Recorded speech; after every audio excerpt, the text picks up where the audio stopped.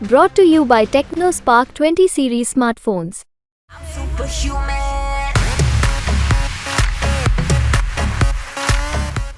UP के Jaunpur Lok Sabha seat से Bahujan Samaj party ने अपना प्रत्याशी बदल दिया है। पार्टी ने माफिया धनंजय सिंह की पत्नी श्रीकला धनंजय सिंह का टिकट काट दिया है।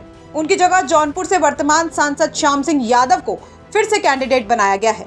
धनंजय सिंह की पत्नी का टिकट कटने से पूर्वांचल की सियासत गर्मा गई है। बीएसपी को लेकर तमाम तरह की बातें की जा रही हैं। कयास लगाए जा रहे हैं कि क्या पार्टी बीजेपी की मदद करने के लिए ये सब कर रही है।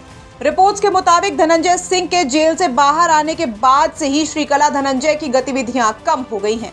5 मई को दिन में खबरें आई कि उनका टिकट काट दिया गया है। इसके बाद बीएसपी की सफाई भी आ गई और इन खबरों को अफवाह बता दिया गया। लेकिन फिर देर रात श्याम सिंह यादव के पास मायावती का फोन आया और उन्हें बताया गया कि अब वो जौनपुर से पार्टी के प्रत्याशी होंगे। हालांकि पत्नी का टिकट कटने के बाद धनंजय सिंह भी कहां चुप रहने वाले थे। धनंजय सिंह ने बसपा के इस फैसले के तुरंत बाद पत्रकारों से बात की और बसपा की बखिया उधेड़ दी और साफ साफ कह दिया कि संसद कौन पहुंचेगा इसका फैसला भी वही करेंगे।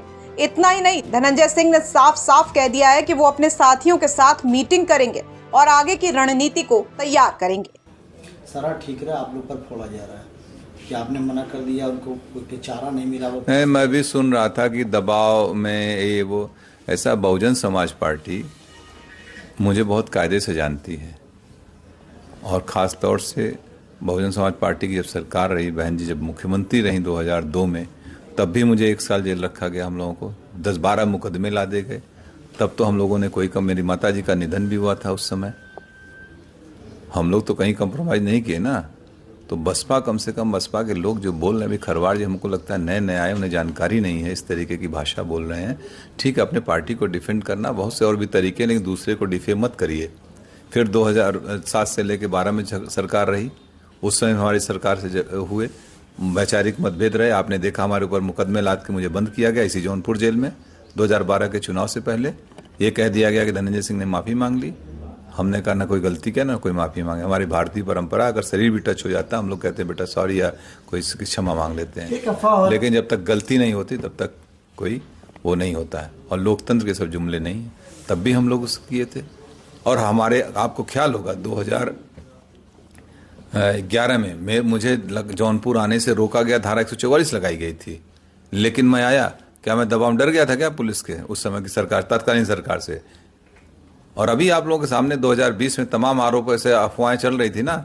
बाई इलेक्शन लड़े थे कि नहीं? हम लड़े थे। प्रदेश में कई लोग लड़ रहे थे इंडिपेंडेंट। तो इस तरीके की दबाव, फर्जी बातें न बोलें। बहुजन समाज पार्टी भी देखा, अमेठी टिकट काटा, बस्ती काटा, आजमगढ़ काटा, बनारस काटा, एक दिन 2 दिन पहले।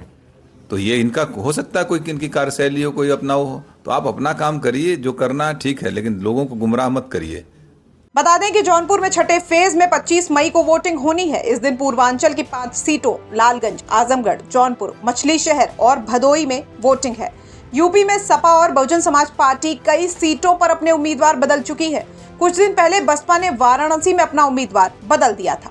जौनपुर से आदित्य भारद्वाज की रिपोर्ट, यूपी तक।